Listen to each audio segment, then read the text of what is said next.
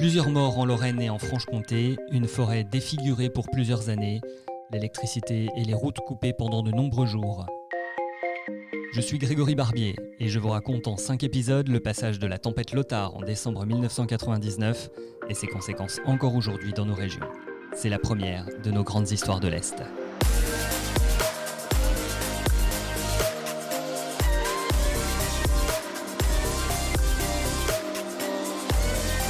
Épisode 2. Et la lumière fut. 19h ce dimanche 26 décembre 1999. Extinction des feux pour tout le monde. Après une journée de tempête, les dégâts sont considérables. On compte les toits envolés, les monuments dégradés et les arbres par terre. Mais on vérifie aussi combien de bougies il reste dans la maison. Après le coup de vent, 500 000 foyers sont privés d'électricité dans le Grand Est et en Franche-Comté. Dans le territoire de Belfort, c'est plus de la moitié du département qui se retrouve sans courant. Les plus touchés, la Marne et surtout les Vosges. Là, 175 000 familles sur les 190 000 du département sont sans électricité durant cette première journée. Au coucher du soleil, ils sont encore près de 80 000 à ne pas pouvoir allumer la lumière. En fait, la moitié est du département. Toute la journée, EDF a sonné le rappel. En repos, en vacances, en retraite, tous sont revenus pour donner un coup de main. Mais quand 90% des lignes sont détruites, comme dans les Vosges, impossible de tout réparer tout de suite.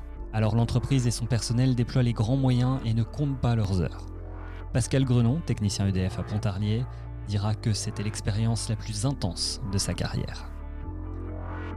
Les équipements ont été touchés à tous les niveaux. Alors, après une première longue journée, les électriciens vont se coucher. Demain, ils recevront du renfort. Tout le monde aux ordres pour aider les habitants. À Metz, le général Patois, gouverneur militaire, a activé le centre d'opération. Sous ses ordres, 500 hommes et 8 hélicoptères. À eux d'accompagner EDF dans les airs pour aider à repérer les lignes qui sont à terre. Mais pas uniquement. Les soldats, basés à Metz, Toul, Étain ou Belfort, sont là aussi pour faciliter la vie de la population. Certains ont appris à se servir d'une tronçonneuse pour mieux dégager les arbres qui bloquent le passage. Des régiments d'artillerie et de transmission installent des énormes bacs d'eau. À Sarreguemines, c'est un hélicoptère Puma qui fait le travail. Une entreprise creuse des trous au sol et les nouveaux poteaux électriques sont posés dedans, directement, à la verticale. Et le nombre d'abonnés sans électricité diminue déjà après 24 heures. 80 000 dans les Vosges, 55 000 en Meurthe-et-Moselle, 10 000 dans la Meuse. Et si on ajoutait un peu de difficulté dans tout ça ? Après le vent, voilà la neige et la montée des eaux. Certaines réparations de fortune cassent. Pour les techniciens, il faut alors tout recommencer.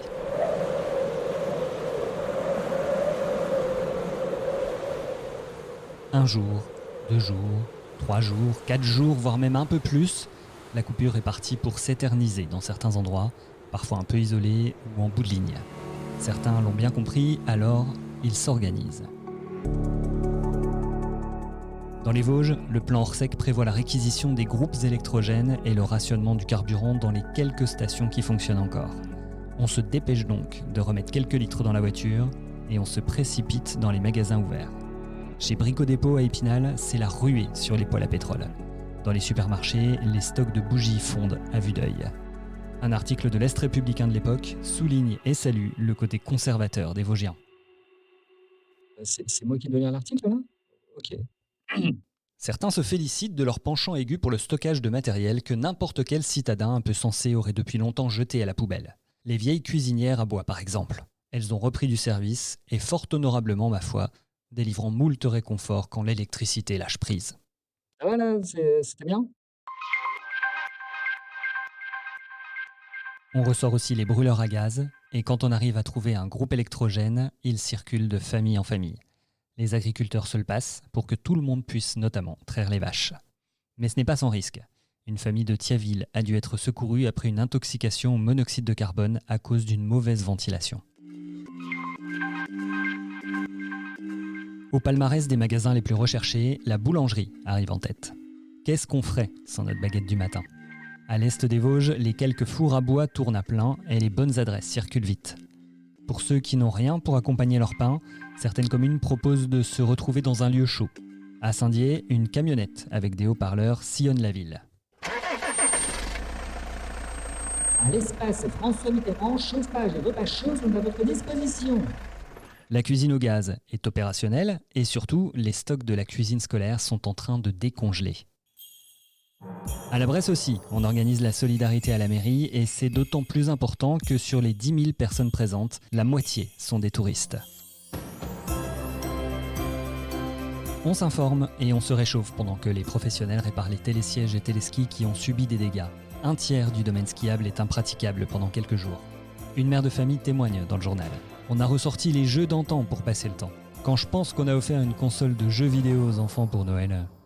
La PlayStation attendra encore un peu. Le 30 décembre, 77 000 foyers lorrains sont encore dans le noir, dont 44 000 dans les Vosges. Dans les hôtels, on se rapproche des cheminées, on s'éclaire à la bougie et on cuisine au gaz. Enfin, tant qu'on a de la nourriture à partager. Au Baru, hôtel-restaurant plutôt chic de Gérard May, on a par exemple terminé l'année avec des sandwichs.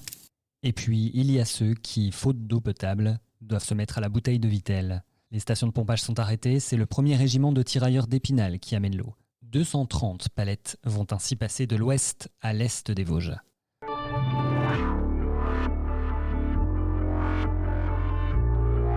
Le temps passe et EDF commence à avertir que le passage à l'an 2000 se fera sans doute à l'ancienne, pour quelques-uns. Au moment d'entrer dans l'an 2000, ils sont 34 000 foyers lorrains à se souhaiter bonne année à la bougie.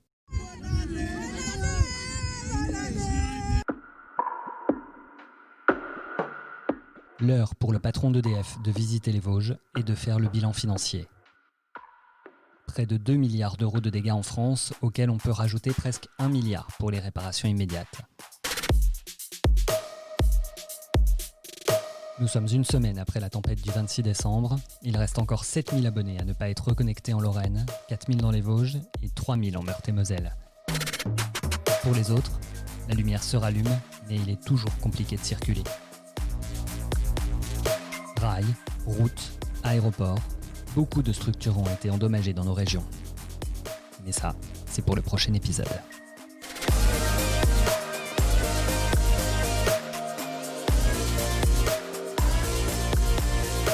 C'était le deuxième épisode des Grandes Histoires de l'Est, consacré à la tempête 1999, un podcast à retrouver sur toutes les plateformes et à écouter aussi sur Spotify et Deezer.